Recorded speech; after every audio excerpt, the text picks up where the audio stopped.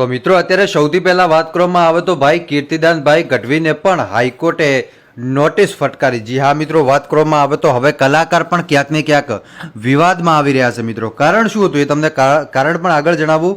હાઈકોર્ટમાંથી મિત્રો મારવાના કેસમાં આપણા લોક ગાયક કીર્તિદાનભાઈ ગઢવીને નોટિસ ફટકારવામાં આવી. જી હા મિત્રો, આ ઉંમરે જો મારવામાં આવે અને એમાં પણ ક્યાંક ને ક્યાંક આપણા કીર્તિદાનભાઈ ગઢવીનું નામ હોય તો સાહેબ આપણને નવાઈ લાગે કે આ શું ભાઈ, જેને આપણે આપણા ગુરુ માનતા હોઈએ, જેની પાસેથી આપણે સારા સારા ગીતો સાંભળતા હોઈએ, અને એ જ ગુરુ જો મારામારીના કેસમાં હાઈકોર્ટમાંથી એમને નોટિસ ફટકારવામાં આવે તો તમને કેવું લાગે ભાઈ?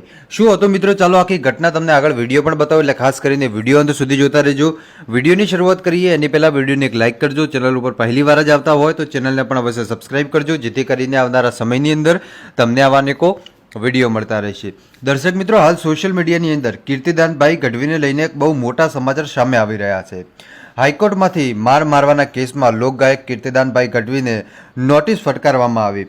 મિત્રો, કીર્તિદાનભાઈ ગઢવી અને તેમના કેટલાક ભાગીદારોના કહેવાથી જયેશ પરમારને એ ગાંધીનગર સાયબર સેલના માણસો ઉઠાવી જઈ અને એને ગૂંધી રાખવાના જે આક્ષેપો હતા, અને ત્યારબાદ હાઈકોર્ટમાં કેસ ચાલી રહ્યો હતો ત્યારે હાઈકોર્ટમાંથી મારવાના કેસમાં લોકગાયક કીર્તિદાનભાઈ ગઢવીને નોટિસ ફટકારવામાં આવી.